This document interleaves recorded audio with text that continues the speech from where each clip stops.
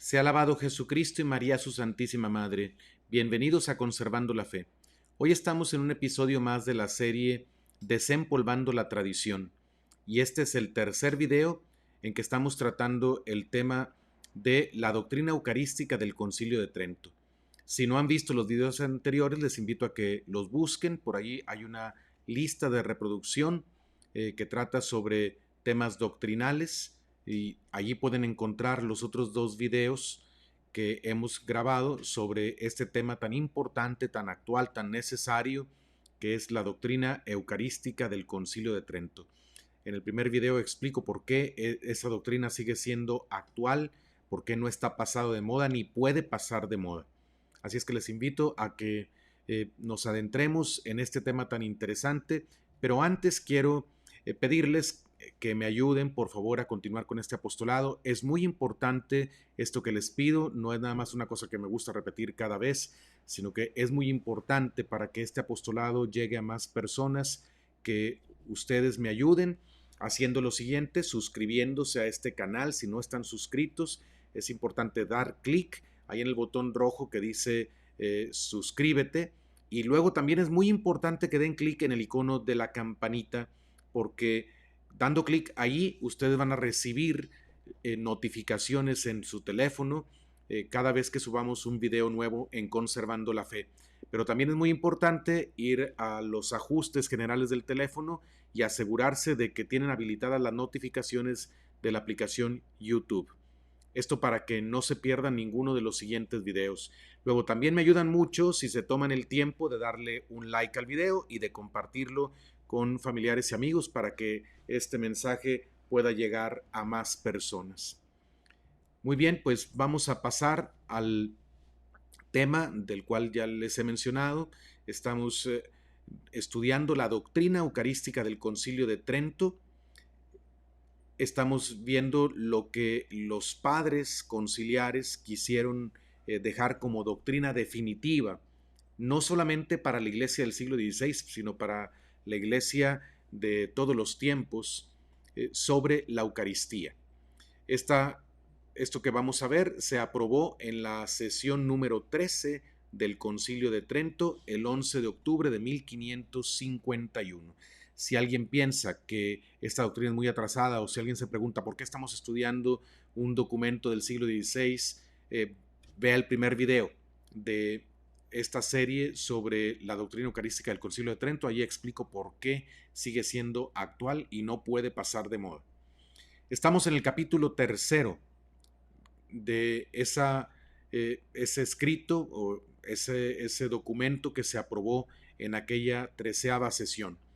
El capítulo tercero trata de la excelencia del Santísimo Sacramento de la Eucaristía respecto de los demás sacramentos. Vamos a ver en qué se distingue, por qué es mucho más excelso, mucho más excelente el sacramento de la Eucaristía de los otros sacramentos. Voy a leer y luego me detengo a explicar como acostumbro a hacer. Dice: es común, por cierto, a la Santísima Eucaristía con los demás sacramentos ser símbolo o significación de una cosa sagrada y forma o señal visible de la gracia invisible. Bueno, aquí está recordando el concilio lo que nosotros entendemos por sacramento. Un sacramento es un signo sensible instituido por Cristo que comunica la gracia, significa la gracia y la comunica. Voy a poner el ejemplo del bautismo. En el bautismo el signo sensible es el agua. Ahí hay un signo sensible que nuestros sentidos pueden captar. Lo capta la vista, lo capta el tacto también. Hasta podemos escuchar el agua cuando cae sobre la cabeza de una persona o sobre el recipiente o la pila bautismal en la cual la persona recibe el bautismo. Ahí está el signo sensible que nuestros sentidos pueden percibir, es el agua. Pero ese signo visible, sensible, significa una gracia espiritual invisible, una gracia invisible. El agua significa limpieza, significa vida. Donde hay agua hay vida, donde no hay agua no puede haber vida. Donde hay agua es posible limpiar, purificar las cosas que se usan, limpiamos todo con agua, nosotros mismos, nuestro cuerpo, lo bañamos, lo mantenemos limpio usando el agua. Entonces el agua es signo de vida y es signo de purificación. Esas cualidades naturales del agua significan las gracias sobrenaturales que nos da el bautismo, porque el bautismo nos engendra a la vida sobrenatural, se nos comunica la gracia santificante que hace que nuestra alma esté viva, pero con una vida sobrenatural, que trasciende la muerte, nos da una vida que va más allá de la muerte. Participamos de la vida divina. Entonces el agua naturalmente es signo de vida, pero en este caso del sacramento del bautismo representa la vida sobrenatural que se nos da.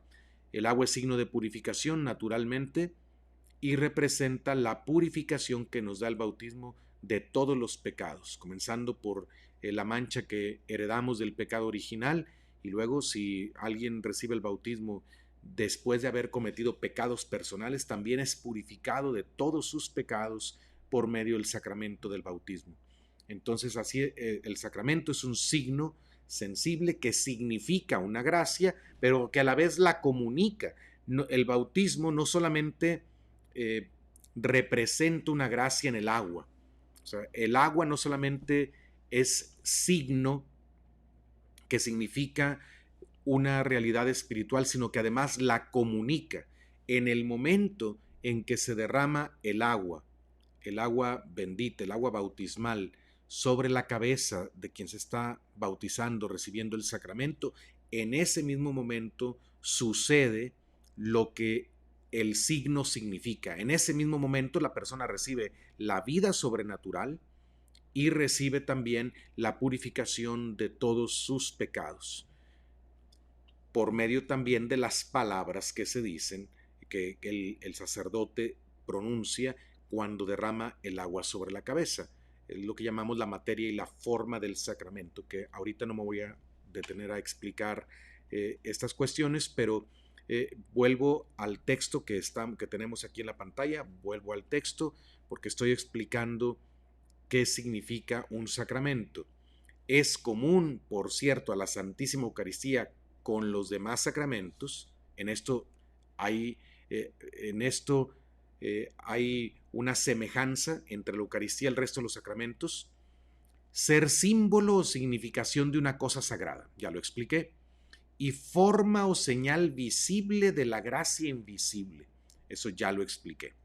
En la Eucaristía también tenemos las especies del pan y del vino que significan una gracia o una realidad invisible. No obstante, se halla en él la excelencia y singularidad de que los demás sacramentos comienzan a tener la eficacia de santificar cuando alguno usa de ellos. Sí, un agua bendecida con la oración de la Iglesia para usarse en el sacramento del bautismo solo comienza a tener eficacia sacramental cuando la persona es bautizada, cuando el agua es derramada sobre la cabeza de la persona. Antes no. Cuando el agua está en la pila bautismal y no hay nadie ahí alrededor, esa agua está bendecida, pero no se aplica su eficacia sacramental hasta el momento que una persona recibe esa agua sobre su cabeza y el sacerdote pronuncia la fórmula del bautismo.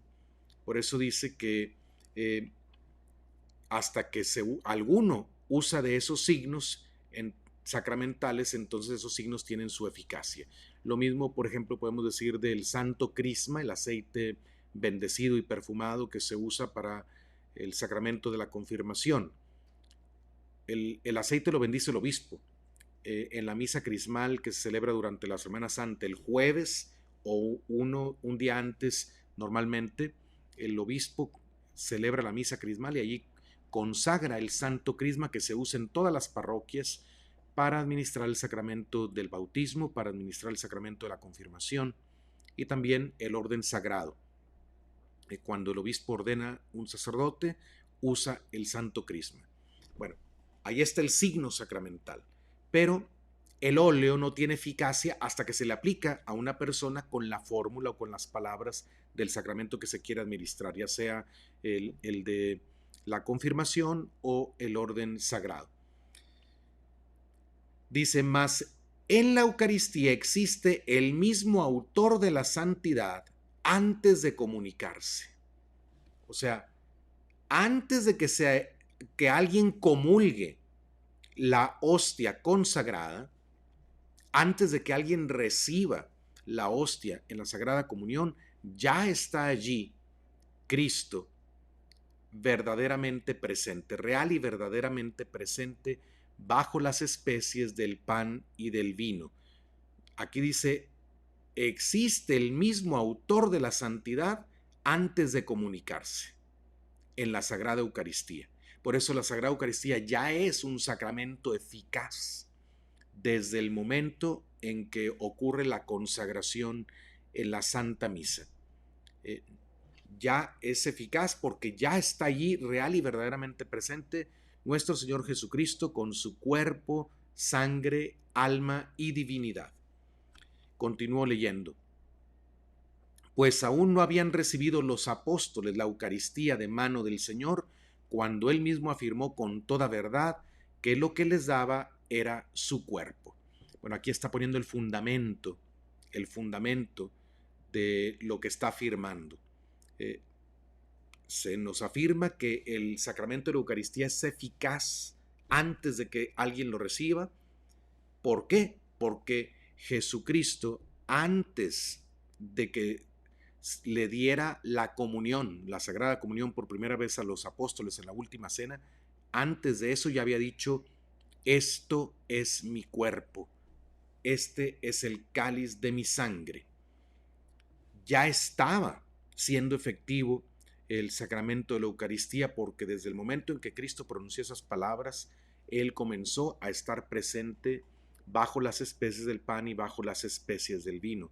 En este sentido, el sacramento ya era eficaz. Por eso, el sacramento de la Eucaristía es eficaz también para nosotros, no solamente cuando comulgamos.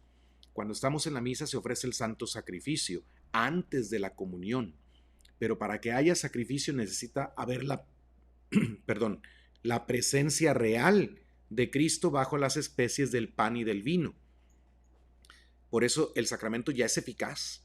Antes de que el sacerdote comulgue, antes de que los fieles comulguen, ya Cristo está ofreciéndose, inmolándose Él sobre el altar al Padre por nosotros, por nuestra salvación, para el perdón de nuestros pecados.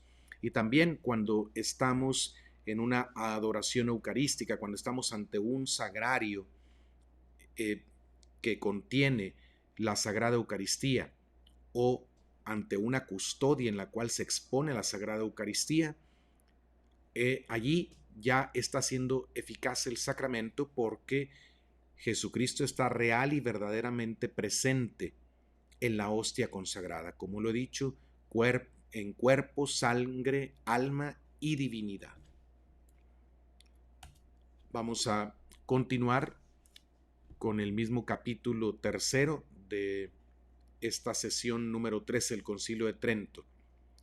Dice en letras cursivas, allí lo tienen en pantalla el texto, y siempre ha subsistido en la Iglesia de Dios esta fe, de que inmediatamente después de la consagración existe bajo las especies de pan y vino el verdadero cuerpo de nuestro Señor y su verdadera sangre, juntamente con su alma y su divinidad. Bueno, aquí se está afirmando que esta ha sido la fe de siempre. Los padres del Concilio de Trento no inventaron una doctrina nueva, presentaron con toda claridad y firmeza y contundencia la doctrina que la Iglesia ha creído siempre. Esto es muy importante, estas palabras que se ponen al principio, y siempre ha subsistido en la Iglesia de Dios esta fe. Por eso a nosotros nos sirve estudiar un texto del siglo XVI que dogmáticamente, es decir, con autoridad que Cristo dio a su Iglesia, que se ejerce a través de los obispos y el Papa, con esa autoridad se nos enseña a nosotros lo que es una verdad de fe. ¿Cuál es esa verdad? que inmediatamente después de la consagración que sucede en la misa, la oración que hace el sacerdote cuando repite las palabras de Jesús en la última cena y los gestos que hizo el Señor en la última cena, el sacerdote, en virtud de su ordenación sacerdotal, del don del sacerdocio que recibió, por el cual actúa in persona Christi, en la persona de Cristo, tiene el poder de convertir el pan en el cuerpo de Cristo y el vino en la sangre de Cristo. Y esto se realiza en cada misa y es un milagro. Esto es un milagro. Estamos desgraciadamente tan acostumbrados a ir a la misa. Ojalá, bueno, los que van, porque hay muchos que no van. Si alguien que está viendo este programa, este episodio, es de los que no va a la misa, yo lo invito a que reflexione en esta verdad católica que estamos recordando y que vea de lo que se está perdiendo cada vez que decide no ir a misa. Tomen este mensaje como una oportunidad, una invitación, no de parte mía, porque yo no hablo en nombre propio, sino de parte del Señor Jesús, que es el que nos unge a todos los sacerdotes para que hablemos en su nombre. En el nombre del Señor Jesús, yo les invito a los que no van a misa a que empiecen a ir, a que se hagan el propósito de ir a encontrarse con su Dios y Señor que tanto los ama, con Jesucristo que derramó su sangre por ustedes y que los espera cada semana o incluso cada día en la Santa Misa, en la que se ofrece Él al Padre por su salvación, en la que se hace presente para llenar de bendiciones a todos los que están allí y en la que el Señor está dispuesto a darse como alimento si estamos bien dispuestos con las disposiciones que la Madre Iglesia nos enseña para poder recibir dignamente la Sagrada Comunión. Y si somos de los que ya vamos a misa todos los domingos o incluso diariamente, pues no perdamos la admiración ante este milagro que ocurre ante nuestra vista cada vez que participamos en la Santa Misa. Un pan hecho por manos humanas se convierte verdaderamente en el cuerpo de Cristo, y el vino también hecho por las manos del hombre se convierte en la sangre de Cristo. Esto es un misterio que no podríamos agotar, que nuestra mente no alcanza a comprender en su totalidad, que desborda nuestro entendimiento. No es irracional, no, porque los misterios de la fe no son irracionales, superan la razón, no la contradicen. Dios tiene el poder de hacer este milagro y lo hace cada vez que se celebra la Santa Misa. Después de la consagración existe bajo las especies de pan y vino el verdadero cuerpo de nuestro Señor. El verdadero cuerpo, atención, el mismo cuerpo que estuvo presente en el seno purísimo de la Virgen María desde la concepción del Señor, desde aquel día de la Anunciación, cuando María dio su sí, su fiat, hágase en mí según tu palabra. En ese momento comenzó el Verbo eterno de Dios a existir también como hombre sin dejar de ser Dios en el seno de la Virgen María. Ese cuerpo es el que está en la Eucaristía. El mismo cuerpo que tuvo María en sus brazos y San José en sus brazos cuando era un bebé. El mismo cuerpo del Señor que se manifestó en su vida pública. El mismo cuerpo que tanta gente tocó, con el que tanta gente fue sanada. El mismo cuerpo que recibió el tremendo castigo por nuestros pecados en la pasión. El cuerpo que padeció por nosotros, el cuerpo que fue crucificado, traspasado por los clavos, colgado en la cruz, ese cuerpo que murió verdaderamente sobre la cruz, ese cuerpo que fue sepultado y ese cuerpo que resucitó glorioso al tercer día y está a la derecha del Padre, como decimos en la profesión de fe. Ese es el mismo cuerpo que se hace presente ante nosotros bajo las especies del pan. Digo bajo las especies porque después de la consagración ya no es pan. Cuando se dice pan de vida, la palabra pan se usa en un sentido no literal porque ya no es un pan, es el cuerpo de Cristo. Sin embargo, como es alimento, se le sigue llamando pan. Pero los católicos entendemos muy bien que cuando a la Eucaristía la llamamos pan de vida, no nos referimos a que sigue siendo pan y solamente representa el cuerpo de Cristo. No, ya no es pan, se ve como pan, sabe a pan. Eso significan las especies del pan, es decir, las cualidades, los accidentes, en términos más filosóficos, que son propios de la materia pan, siguen estando allí presentes. La hostia se ve como pan, huele a pan, sabe a pan. Se fracciona como el pan, pero no es pan, es el cuerpo del Señor, el mismo cuerpo. Y luego dice también, y su verdadera sangre, la misma sangre que fue derramada por nosotros en la pasión del Señor.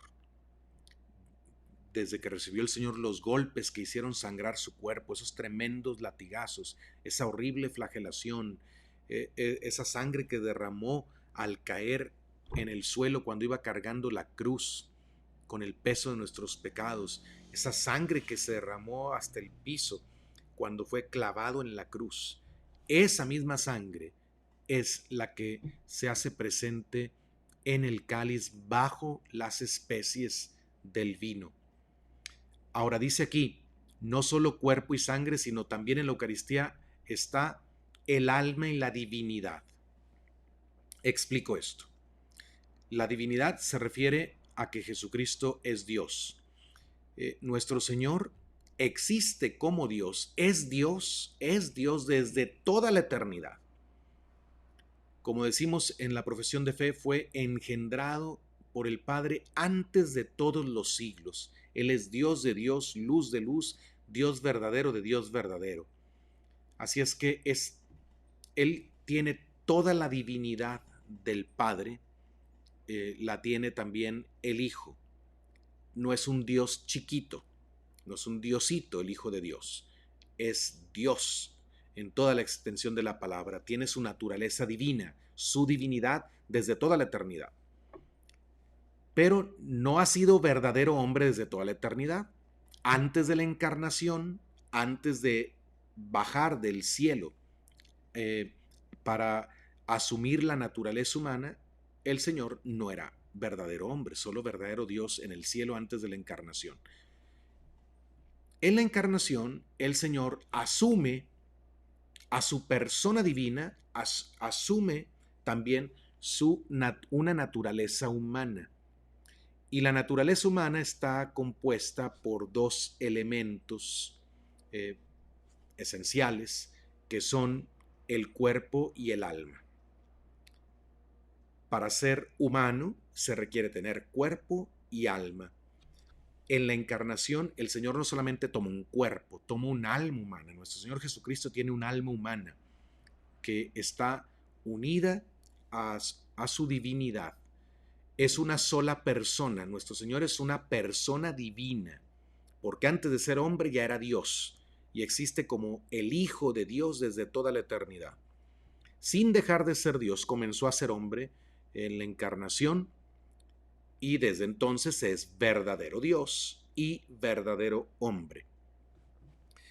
Y como es una sola persona, no se separan las naturalezas que tiene. Tiene naturaleza divina y naturaleza humana, cuerpo y alma, son inseparables porque están unidas en una sola persona, que es la persona divina del Hijo eterno de Dios.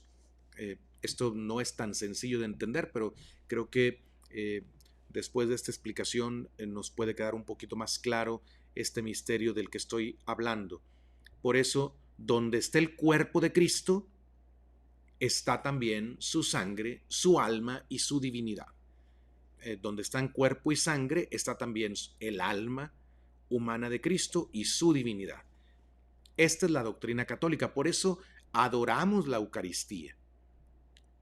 Por eso adoramos el Santísimo Sacramento, porque ahí está todo Cristo. Cuerpo, sangre, alma y divinidad. Pongan mucha atención en esta verdad, porque de allí se derivan muchas cosas, muchas prácticas que la Iglesia ha realizado y ha conservado durante siglos, incluso prácticas que se han ido perfeccionando, purificando, para expresar cada vez mejor esta fe de la Iglesia, de que bajo las especies del pan y bajo las especies del vino está Jesucristo nuestro Dios y Señor. Continúo leyendo el texto. El cuerpo, por cierto, bajo la especie de pan y la sangre bajo la especie de vino. Si cuando el sacerdote consagra el pan, lo que sucede es que el pan se convierte en el cuerpo de Cristo. Cuando se consagra el vino se convierte en la sangre de Cristo, en virtud de las palabras que pronuncia el sacerdote. Cuando el sacerdote consagra el pan, repite las palabras de Cristo que dicen: esto es mi cuerpo. No dice: este soy yo, este es Cristo. Dice: esto es mi cuerpo, porque son las palabras que usó el Señor. Entonces el pan, por las palabras, se convierte en el cuerpo de Cristo. El vino, por las palabras, se convierte en la sangre de Cristo. Entonces ya tenemos cuerpo y sangre, pero hay que comprender mejor el misterio. Por eso aquí se nos explica: mas el mismo cuerpo bajo la especie de vino y la sangre bajo la de pan. O sea que el cuerpo de Cristo también está bajo la especie del vino y la sangre también está bajo la especie del pan. ¿Por qué?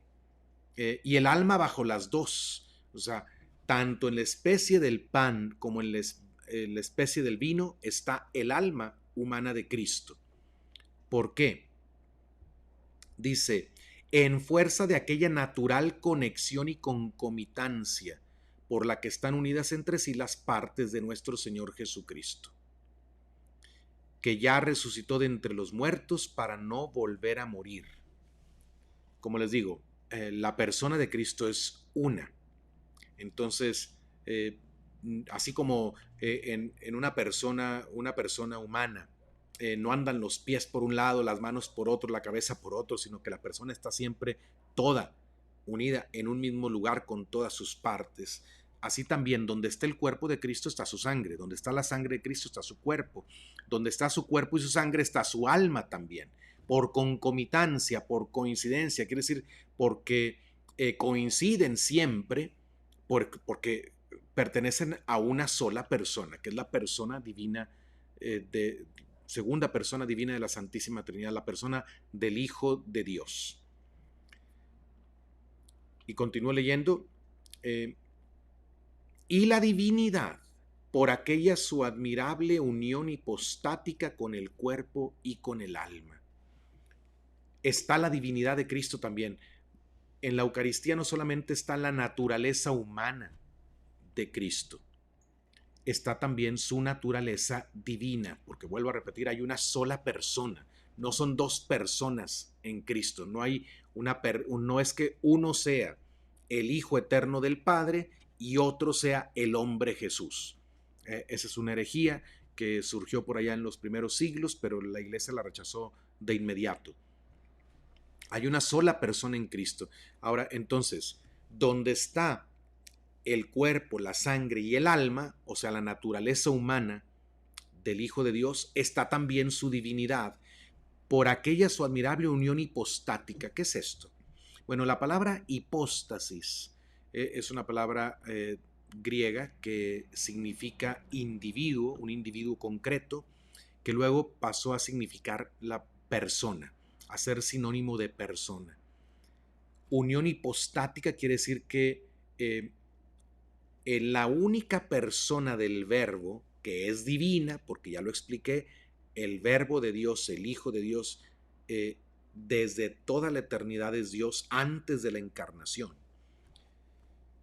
Y también después de la encarnación no deja de ser Dios, pero es la persona segunda de la Santísima Trinidad.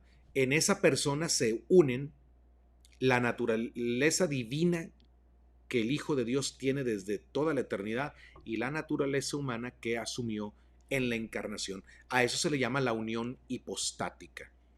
Una sola persona con dos naturalezas. Por eso decimos que con toda verdad que Jesucristo es verdadero Dios por su naturaleza divina y verdadero hombre por su naturaleza humana que asumió, pero es el mismo Cristo. No hay dos personas, no es una persona el Dios y otra persona el hombre, no, es la única persona y es persona divina. Entonces, la divinidad por aquella su admirable unión hipostática con el cuerpo y con el alma. Vamos a pasar adelante en este pasaje del capítulo 3 de la sesión número 13 del Concilio de Trento. Dice así: por esta causa es certísimo que se contiene, tanto bajo cada una de las dos especies como bajo ambas juntas, pues existe Cristo todo, y entero bajo las especies de pan y bajo cualquiera parte de esta especie, y todo también existe bajo la especie del vino y de sus partes. Bueno, aquí estas pocas palabras nos dicen muchísimo. Vamos a considerar cada punto importante. Es certísimo, certísimo, quiere decir no hay duda. La iglesia no tiene duda, la más mínima duda, de la presencia real de Cristo en la Eucaristía. No tiene ni la menor duda. Es certísimo que se contiene tanto bajo cada una de las dos especies, bajo la especie del pan o bajo la especie del vino, como bajo ambas juntas, pues existe Cristo todo, el Cristo entero, como ya lo expliqué, cuerpo, sangre, alma y divinidad. Todo y entero bajo las especies del pan y bajo cualquiera parte de esta especie. Es decir, en la más mínima partícula, cualquiera parte de esta especie, la especie del pan. Si se fracciona una hostia, no se parte Cristo.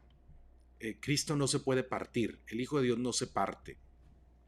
Si se fracciona una hostia consagrada, está todo Cristo, cuerpo, sangre, alma y divinidad, en una fracción como lo está en cuerpo, sangre, alma y divinidad en la otra fracción.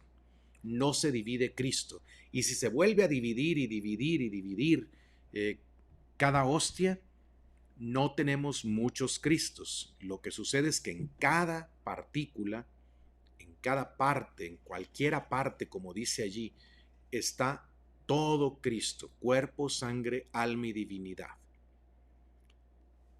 Esta es una verdad de fe. Esto que estoy diciendo yo, estoy repitiendo lo que la Madre Iglesia nos presenta en este documento que es dogmático. Es decir, un católico que no cree en esto, bueno, pues está cometiendo una herejía, está negando una verdad de fe. Pero la Iglesia dice que está en cualquier parte de la especie del pan. Ahora, quiero decir algo muy importante porque ahorita hay una polémica muy fuerte entre, pues, en el ámbito de los sacerdotes, aunque a veces desgraciadamente no hay siempre la oportunidad de decirlo con claridad, la oportunidad de expresarse, o también a veces no hay el valor para decir las cosas, pero hay una polémica fuerte, muy fuerte, por la cuestión de la imposición de la comunión en la mano con el pretexto de la pandemia. Algunos dicen, pues es que da lo mismo, se recibe a Cristo. Bueno, sí, en ese sentido da lo mismo, pero el punto de los que, el sector de la iglesia que dice no debiéramos, con pretexto de la pandemia, distribuir la comunión en la mano, ese punto, esa afirmación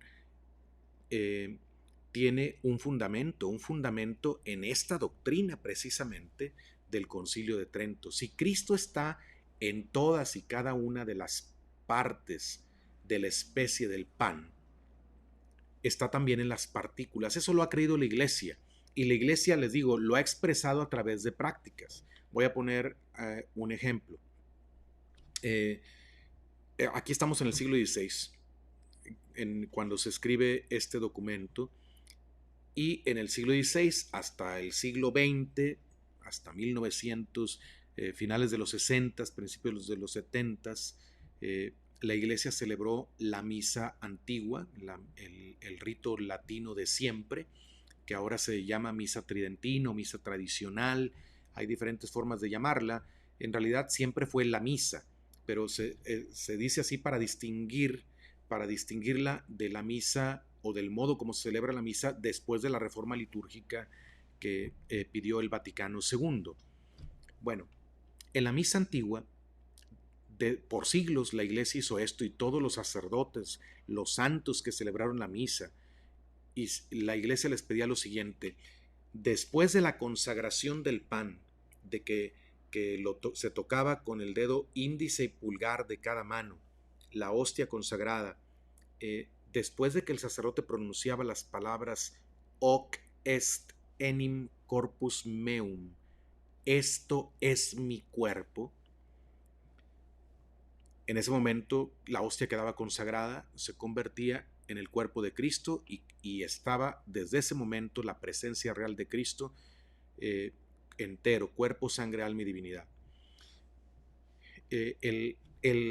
Las rúbricas, las instrucciones para celebrar la misa que están en el misal antiguo, pedían que el sacerdote a partir de ese momento mantuviera juntos los dedos y que solo los separara para volver a tocar la hostia o para dar la comunión a las personas, pero que no volviera a separarlos hasta después de purificarse. Después de la comunión, el sacerdote consumía, si quedaba algo de la sangre de Cristo en el cáliz, se purificaba los dedos con vino y agua que el acólito le ponía para que el vino y agua cayeran en el cáliz. Se secaba los dedos con el purificador y se bebía el contenido del cáliz.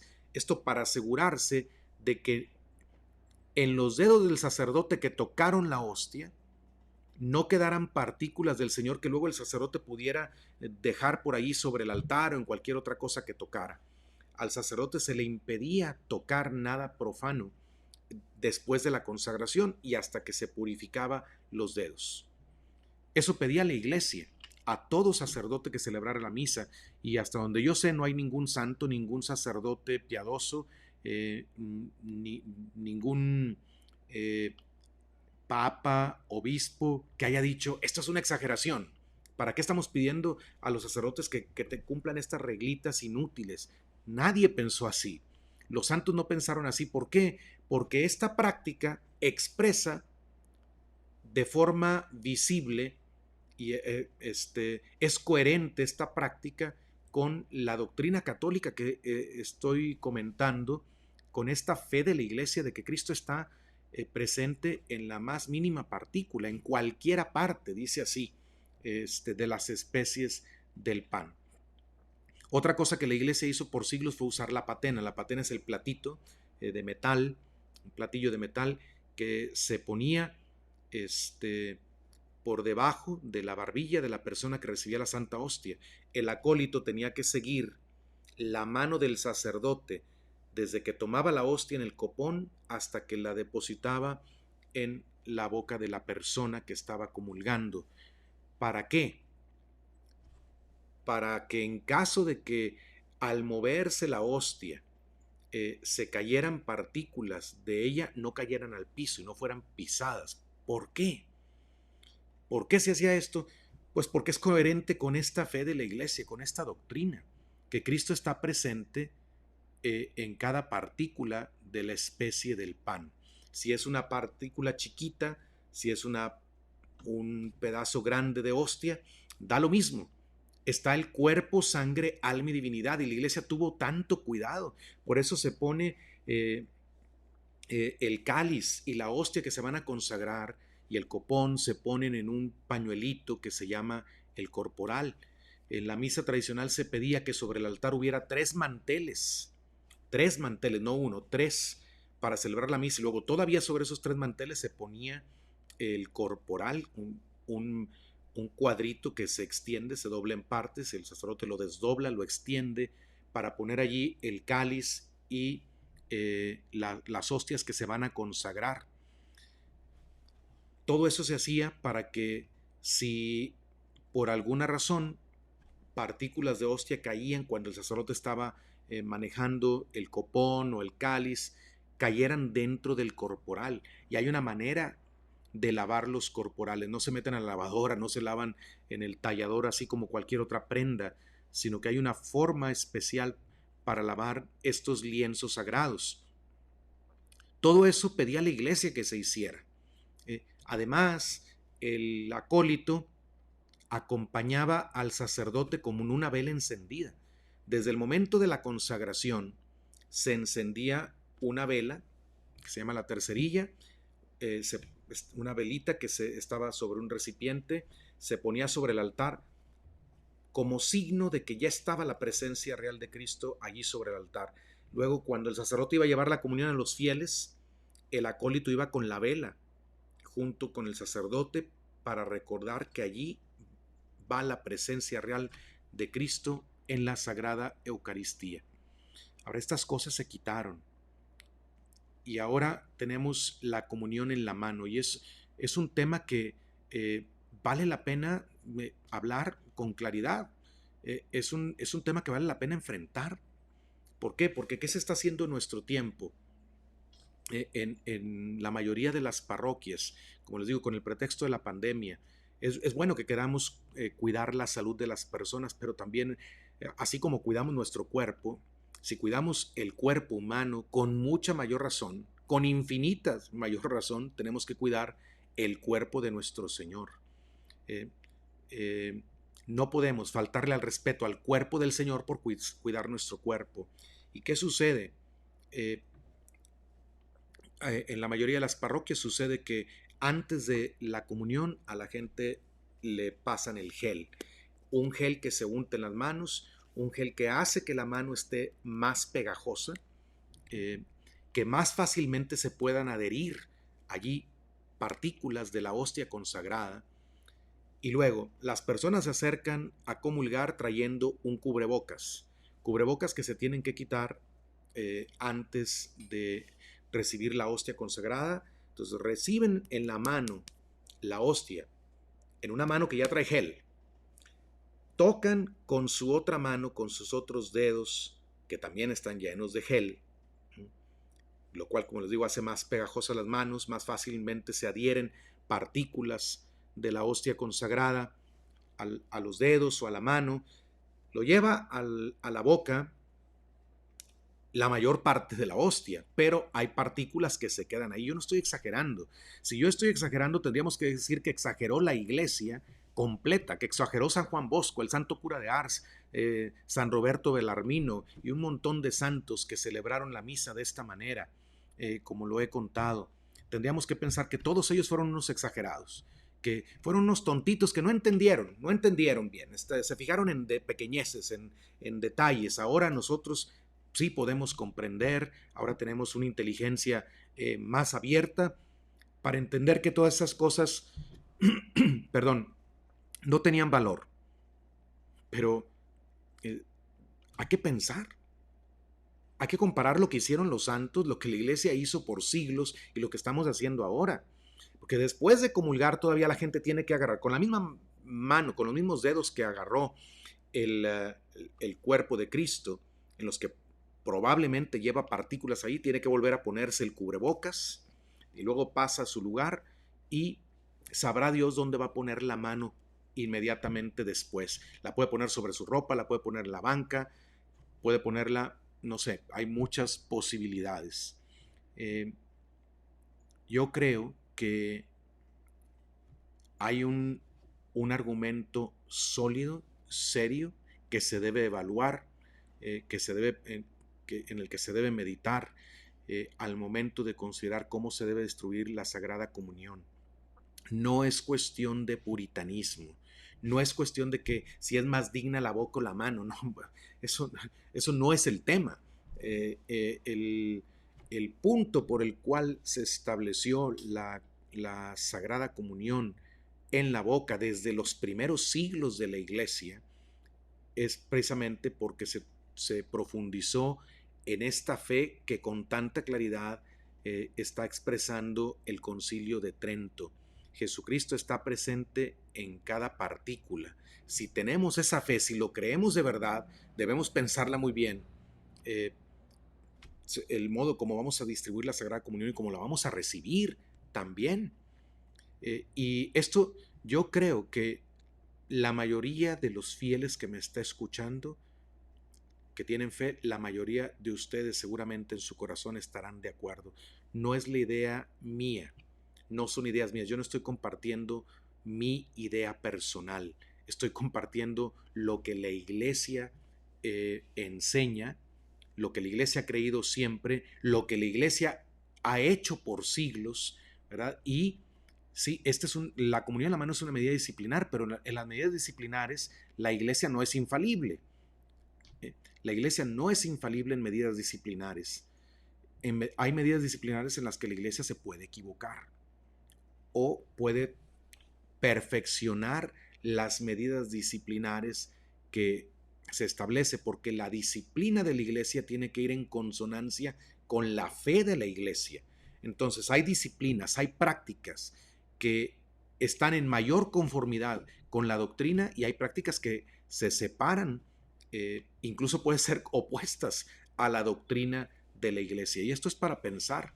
El problema es que nos pesa mucho la opinión de la mayoría. Pesa mucho sobre nosotros el qué dirán. Yo estoy seguro que hay mucha gente, porque conozco mucha gente que no quiere recibir la comunión en la mano, pero no le ofrecen otra manera de recibir al Señor en su parroquia. No hay la oportunidad. Hay algunos fieles que incluso hasta son humillados por su sacerdote cuando piden la comunión en la boca. Dice, ¿cómo es posible? ¿Cómo es posible que estés pidiendo esto? ¿No ves que hay pandemia? Pero también podríamos decir, bueno, ¿cómo es posible que estés imponiendo esto cuando está la presencia real de Cristo en la Eucaristía?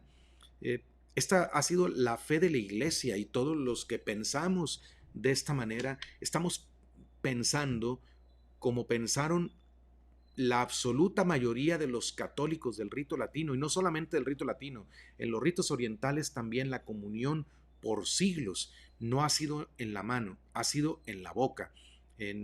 Las iglesias de Oriente, en los ritos católicos de Oriente, en muchos se da la comunión con una cucharita, se da cuerpo y sangre de Cristo, pero la persona se acerca al sacerdote levantando, así como estoy levantando yo la cabeza y abriendo la boca, para que el sacerdote deje caer en su boca, con esa cucharita, un poquito de las especies del pan y del vino consagradas, que sabemos que es toda la presencia de Cristo. Hay algunos pasajes de los padres de la iglesia, sobre todo de la iglesia más antigua, en los que se habla, se da a entender que la comunión era en la mano en un tiempo. Sí, hay esos testimonios, pero tenemos que pensar que la iglesia estaba perseguida. Durante los primeros siglos la iglesia estaba perseguida. En el siglo IV, San Basilio Magno, uno de los padres de la iglesia más importantes de ese periodo, él dijo que solo en tiempo de persecución es lícito que los laicos comulguen de su mano, con su propia mano, solo en tiempos de persecución. Pero ya cuando vivió Basilio se había acabado el tiempo de la persecución. Y muy pronto la iglesia, una vez que tuvo libertad, que pudo construir iglesias, templos, basílicas, dejó esa práctica. Y cada vez se generalizó, se fue generalizando la prohibición de que la gente recibiera la Eucaristía en la mano.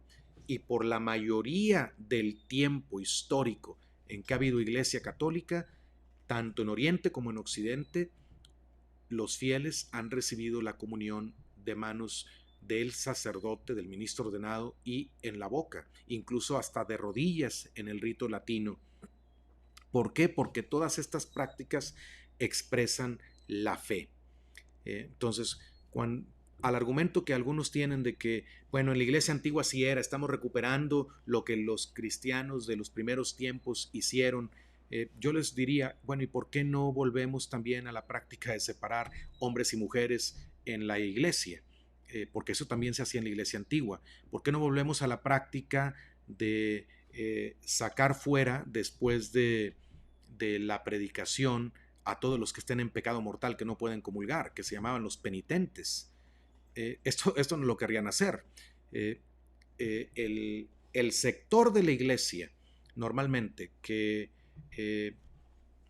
no sé, no me gusta usar estos términos, pero pueden ayudarnos, los que se consideran más progresistas o bien se consideran más de izquierda, que tampoco me gusta mucho ese término, pero los que quieren cambiar lo que la iglesia estaba haciendo por siglos, siempre tratan de justificarse, de apoyarse en lo que pasaba en la iglesia antigua, pero no, casualmente no quieren recuperar todas las costumbres de la iglesia antigua. ¿Por qué no recuperan la costumbre de que la preparación para el bautismo sea de 2 años, en algún lugar hasta de 3? De que a los que se van a bautizar se les imponga una penitencia cuaresmal, un ayuno diario en la cuaresma hasta las 3 de la tarde todos los días, pláticas todos los días de 1 hora, porque así era el proceso catecumenal, era muy estricto. ¿Por qué no volvemos a la práctica de una sola confesión en la vida? Porque así era en un tiempo, en la iglesia antigua, solo te podías confesar una vez. Y la penitencia era pública. El pecado no se decía, pero los fieles sabían que quien hacía penitencia pública es porque habían cometido un grave pecado. Y en ese grave pecado va el adulterio, que ahorita abunda. Y muchos van a confesarse de adulterio y reciben la absolución en privado con una penitencia a veces demasiado pequeña para el gran pecado que cometieron. Pero en la iglesia antigua hubieran tenido que hacer penitencia pública. Y todos aquellos que están diciendo vamos a dar la comunión en la mano porque así era antes, eso lo hicieron los católicos de los primeros siglos, estas prácticas que estoy diciendo no las quieren recuperar casualmente, solo aquello que les agrada, pero definitivamente no quieren una vuelta a la iglesia en sus orígenes. Y además tenemos que entender que ha habido un desarrollo. Los cristianos vamos comprendiendo cada vez más la doctrina. Y por eso, conforme se comprende cada vez más la doctrina, surgen prácticas que son conformes con la doctrina. Por eso en la Edad Media surgió la práctica de exponer el Santísimo para adorarlo. La adoración al Santísimo Sacramento, como la hacemos hoy, no es de los primeros siglos. Si volviéramos a los primeros siglos, tendríamos que quitar eso. Es de la Edad Media. ¿Por qué? Porque ya estaba todo dispuesto, ya se habían construido iglesias majestuosas, porque Dios es majestuoso, para expresar la grandeza de Dios. Y ya se había profundizado en esta verdad de fe. La iglesia, como decimos, ya le había caído el 20, por decir así. O sea, no es que desde el principio no lo supiera. Desde el principio la iglesia sabe que, y lo vemos en la doctrina de San Pablo, en la carta a los Corintios, queda claro que es el cuerpo de Cristo y la sangre de Cristo. Tanto que San Pablo dice que quien comulga indignamente come y bebe su propia condenación, en virtud de esta verdad que está expresando el Concilio de Trento y que sigue siendo válida en nuestros días. Entonces, tenemos que expresar con nuestras prácticas la fe que tenemos. Y yo creo que en este tiempo, lamentablemente, pues se ha pisoteado el sensus fidei y el sentido de la fe que tienen muchos católicos, que aún sabiendo que hay pandemia no quieren recibir al Señor en la mano, pero se les impone y a veces hasta se les humilla delante de toda la asamblea. Esto me parece que no es ciertamente una práctica católica hacer eso, tratar a los fieles de esa manera, o relegarlos, o marginarlos, o tratarlos como si fueran tontitos que no entienden lo que está pasando. No, entienden perfectamente lo que la iglesia enseñó y no están haciendo otra cosa más que pedir que se haga hoy lo mismo que la iglesia ha hecho, que los santos hicieron al tratar a nuestro Señor presente en la Sagrada Eucaristía. Jesucristo está presente hasta en las partículas. Y una vez una persona me decía, bueno, y entonces en ese caso, pues también Hay partículas muy chiquitas que cuando el sacerdote levanta la hostia, si hay aire, se va a volar algunas partículas que no se ven y entonces también se va a quedar regado el cuerpo de Cristo por ahí. Bueno, sí, pero eso no está en las manos del sacerdote evitarlo. Eso no está en las manos de los fieles evitarlo. Cristo quiso quedarse presente en el Santísimo Sacramento del altar y él, sabiendo todas estas cuestiones físicas, ¿no? Él quiso quedarse así. Otra cosa distinta es lo que nosotros libremente hacemos con su presencia real bajo las especies del pan y del vino. Acciones que son deliberadas, porque sí es deliberado el modo como yo toco el cuerpo de Cristo, el modo como levanto la hostia o la bajo cuando estoy celebrando la misa, eso sí es deliberado, eso sí está en mis manos, eso sí lo puedo cambiar, lo puedo hacer con reverencia o sin reverencia. Es muy importante, pues, hermanos, que tomemos conciencia de esto y que nos preguntemos de verdad, sacerdotes, fieles, preguntémonos de verdad, esto que estamos haciendo, la manera como estamos tratando el cuerpo de Cristo en esta situación de pandemia, que quiero decir también otra cosa, no hay, y si alguien sabe, agradezco que me lo diga, pero hasta donde yo sé, hasta donde yo he investigado, en ninguna pandemia anterior que diezmaron la población de Europa, la Iglesia adoptó la medida de dar la comunión en la mano, imponer la comunión en la mano de modo generalizado. No se usó esa medida. Yo he visto, por ejemplo, hay una pintura, un fresco de San Carlos Borromeo, y lo muestran a él mismo yendo a dar la comunión a los que estaban enfermos de la peste, y él no se enfermó, pero daba la comunión en la boca, no en la mano. Creo que estos son hechos históricos incontestables, ¿verdad? Que más bien los que tendrían que dar una muy buena explicación son quienes están a favor de imponer la comunión en la mano a todos los fieles, porque la Iglesia ha tenido claridad en su doctrina desde siempre y ha tenido claridad en sus prácticas, constancia en sus prácticas para expresar su fe ya por muchos siglos. Entonces no podemos nada más tirar a la basura eso como si no tuviera ningún sentido. Las prácticas sirven para expresar la fe que hay en el corazón. Entonces sí importa lo que hacemos externamente porque es una expresión de lo que creemos internamente y es una expresión de lo que sabemos y de lo que amamos. Es muy importante pues este tema. Vuelvo al texto que estoy leyendo, que existe Cristo todo y entero bajo las especies del pan y bajo cualquiera parte de esta especie, y todo también existe bajo la especie del vino y de sus partes. Por eso también fue la práctica de la Iglesia, una práctica por siglos, no distribuir la comunión bajo la especie del vino.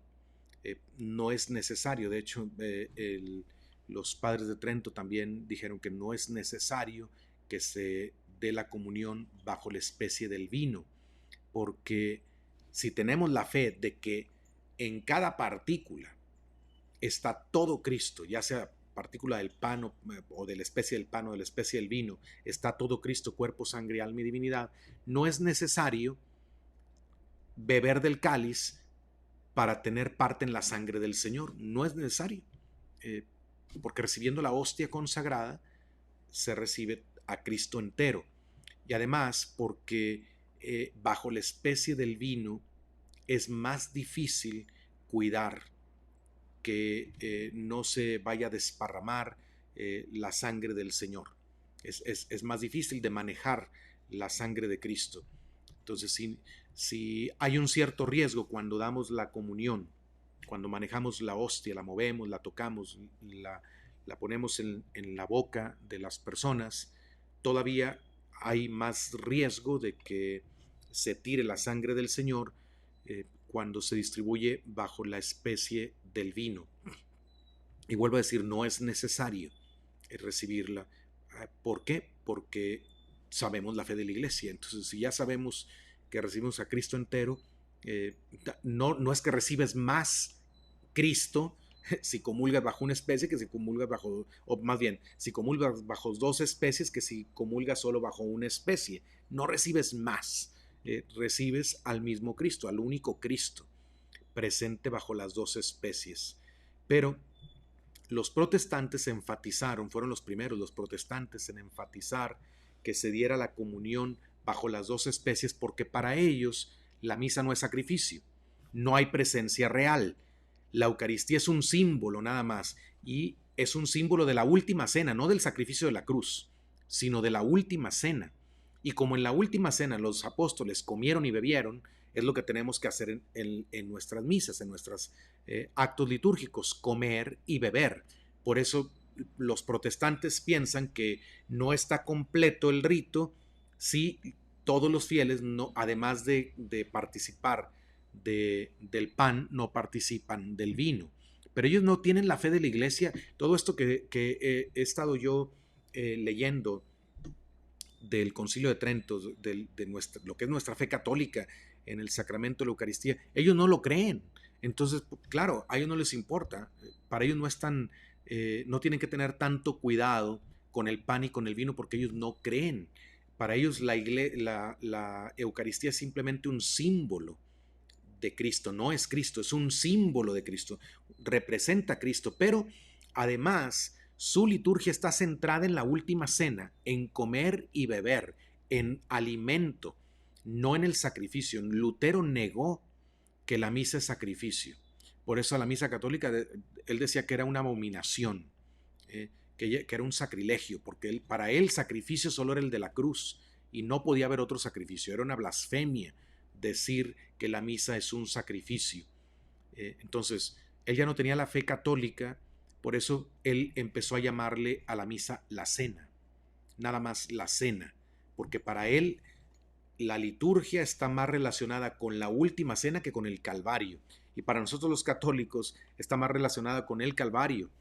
Sí, digamos desde los lentes, por decir así, de la última cena, pero para nosotros la misa actualiza el sacrificio de Cristo que se realizó en la cruz el Viernes Santo.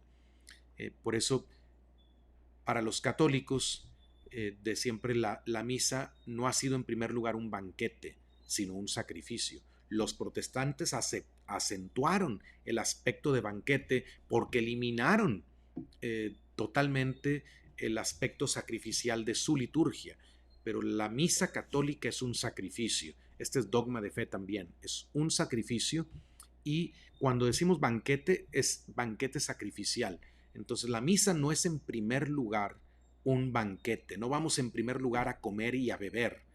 Vamos en primer lugar a participar de el sacrificio de Cristo que se inmola en el altar al Padre por nosotros, para el perdón de nuestros pecados. Y luego participamos en la Sagrada Comunión si estamos dispuestos, pero no necesitamos comulgar bajo las dos especies porque, como les digo, tenemos nuestra doctrina, tenemos la fe de la Iglesia que nos da la certeza de que en una hostia consagrada está cuerpo, sangre, alma y divinidad.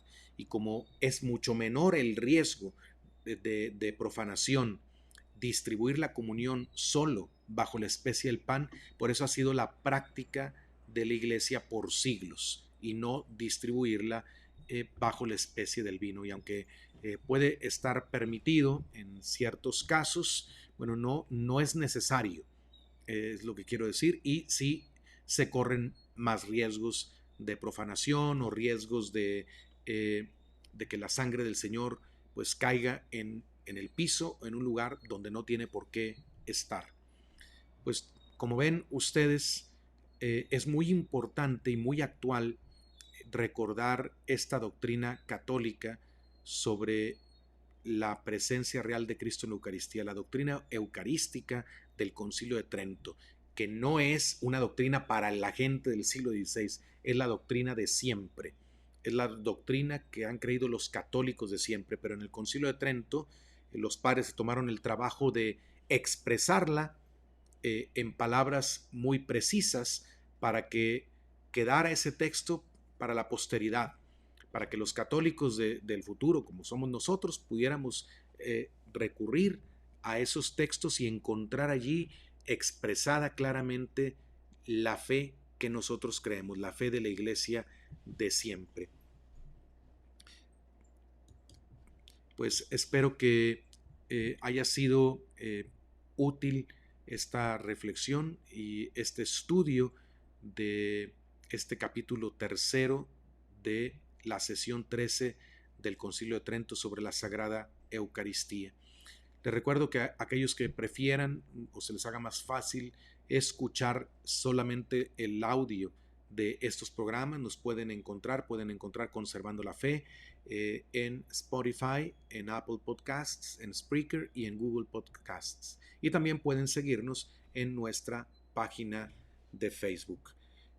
Les agradezco a todos su atención, que Dios los bendiga y conserven su fe.